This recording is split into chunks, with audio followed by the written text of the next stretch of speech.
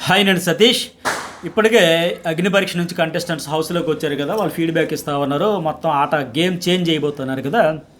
మరి వీళ్ళతో పాటు బిగ్ బాస్ కూడా గేమ్ చేంజ్ చేయాలి కదా. అందుకే బీభత్స భయానకమైన ట్విస్ట్లకి ప్లాన్ చేస్తున్నా ఉన్నాడు అనేది నాకున్న అప్డేట్.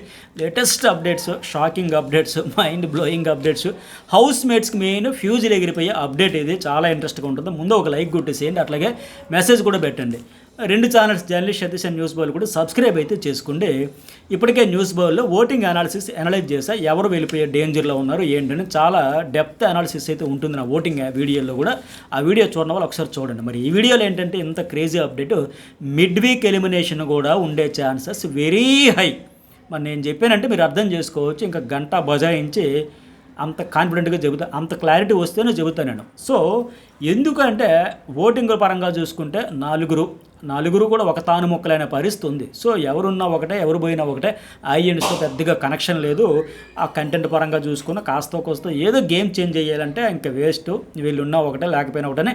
డబల్ ధమాకి ఇచ్చి కూడా పంపించేద్దామని ఫిక్స్ అయిపోవచ్చు. ఎందుకోసం అంటే బిగ్ బాస్ ఇక్కడ మామూలుగా అయితే 5-6 తక్కువ మంది నామినేషన్లోకి వచ్చినప్పుడు డబల్ ధమాకా పెట్టరు. కానీ ఇప్పుడు ఏంటి, ఒక జంబో బ్యాచ్ రెడీ అయిపోతుంది. ఆల్రెడీ దివ్య నిఖిత ఒక అమ్మాయి వస్తూ ఉంది. ఇప్పటికి హౌస్లో 13 మంది ఉన్నారు. 13 ప్లస్ ఒక ఆమె 14.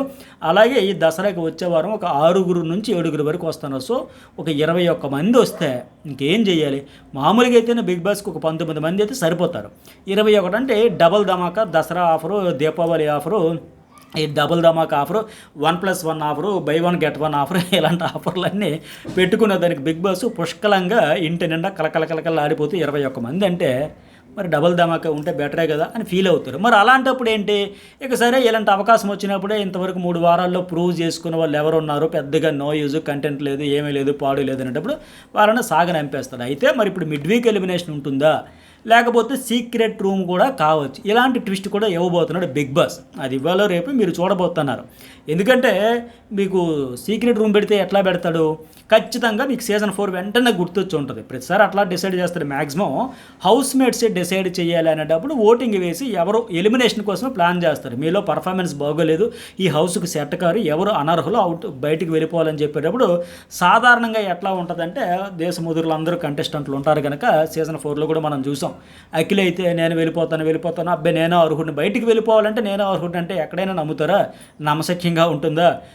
అభిజిత్ వాళ్ళందరూ అందుకే అన్నారు, చాలే నీకు బయటికి వెళ్ళి మళ్ళీ వస్తావని నీకు తెలుసు, సీక్రెట్ రూమ్ అని తెలిసిన లెక్క ఈ సీన్ అంతా క్రియేట్ చేస్తున్న లెక్క. ఆయన ఫ్రెండ్స్ కూడా అఖిల్ నెంబర్ 1, అఖిల్ ఉండాలి అని చెప్పిన వాళ్ళు కూడా అతనే వెళ్ళిపోవాలని సపోర్ట్ చేసి దగ్గరుండి సాగనంపితే అత్తారింటికి పంపించిన అమ్మాయికి సారీ పెట్టి, చీర పెట్టి, పసుపు కుంకుమ పెట్టి పంపించినట్టుగా అంత భద్రంగా పంపిస్తే చూసే వాళ్ళకి ఎట్లా ఉండనా, ఇతనికి కూడా తెలిసే కావాలని వెళ్తున్నాడని లెక్క అప్పుడు ఉండింది.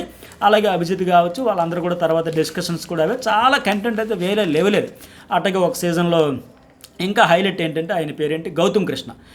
ఎవరు వెళ్ళిపోవాలనేటప్పుడు ఇందులో ఏమంటారు దాన్ని, లిక్విడ్స్ పోసి చెప్పారు కదా ఒక టాస్క్.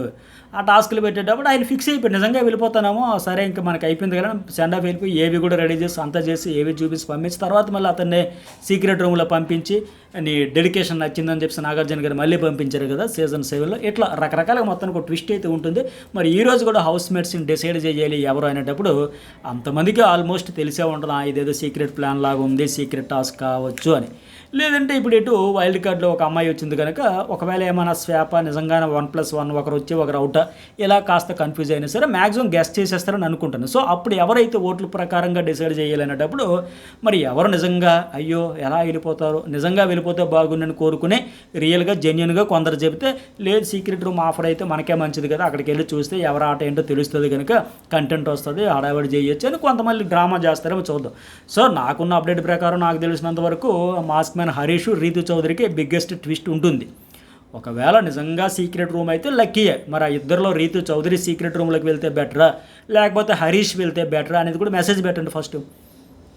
ఎందుకు అంటే నేను ఈ పర్టికులర్గా ఈ టాపిక్ మీద నేను ఒక 10 సెకండ్స్ గ్యాప్ ఇస్తా, పాజ్లో ఉంటా, మీరు మెసేజ్ అయితే పెట్టండి. హరీష్ వెళ్తే బెటరా, రీతు చౌదరి వెళ్తే బెటరా? ఎందుకంటే ఇక్కడ ఇద్దరికి ఉన్న పెద్ద ప్లస్ పాయింట్ ఏంటంటే తెలుగు పరిపూర్ణంగా వచ్చు కనుక, ఫ్లూయెంట్గా మాట్లాడతారు కనుక వీళ్ళు మాట్లాడేది అర్థం చేసుకుంటారు, వింటారు, వాళ్ళకి అర్థమైన గేమ్ ప్రకారం మళ్ళీ లోపలికి వచ్చి ఆడతారు కనుక బాగుంటుంది ఎవరు వెళ్ళినా సరే అనేది. ఎందుకంటే ఇప్పుడు లోబో వెళ్ళాడు, అర్థం కాక అయోమయం అయిపోయి ఒక హోమ్ సిక్ అయిపోయి బాబోయ్ ఎంత వేగంగా పంపించేస్తారు బిగ్ బాస్ అంటే బాగా డల్ అయిపోయాడు, లో అయిపోయాడు, ఆయనకు అర్థం కాలేదు, మూకి సినిమా చూసినట్టు ఉంది. ఇప్పుడు మనం ఫ్లోరాష్ అయిన గేమ్ చూస్తే ఎట్లా ఉందో మనకు పుష్పక విమానం సినిమా కమల్ హాసన్ గుర్తు వస్తుందా, అట్లా అప్పుడైతే లోబో సీక్రెట్ రూమ్ నుంచి మూకీ మూవీ చూశాడు. ఇప్పుడు కూడా ఆ పరిస్థితి ఉండదు, వీళ్ళకి తెలుగు వచ్చి మళ్ళీ ఫ్లోరాను పెడితే లోబోని చూసినట్టు ఉంటుంది సీక్రెట్ రూమ్లో. సో అందుకని వీళ్ళిద్దరికి ఆప్షన్ ఉండొచ్చు.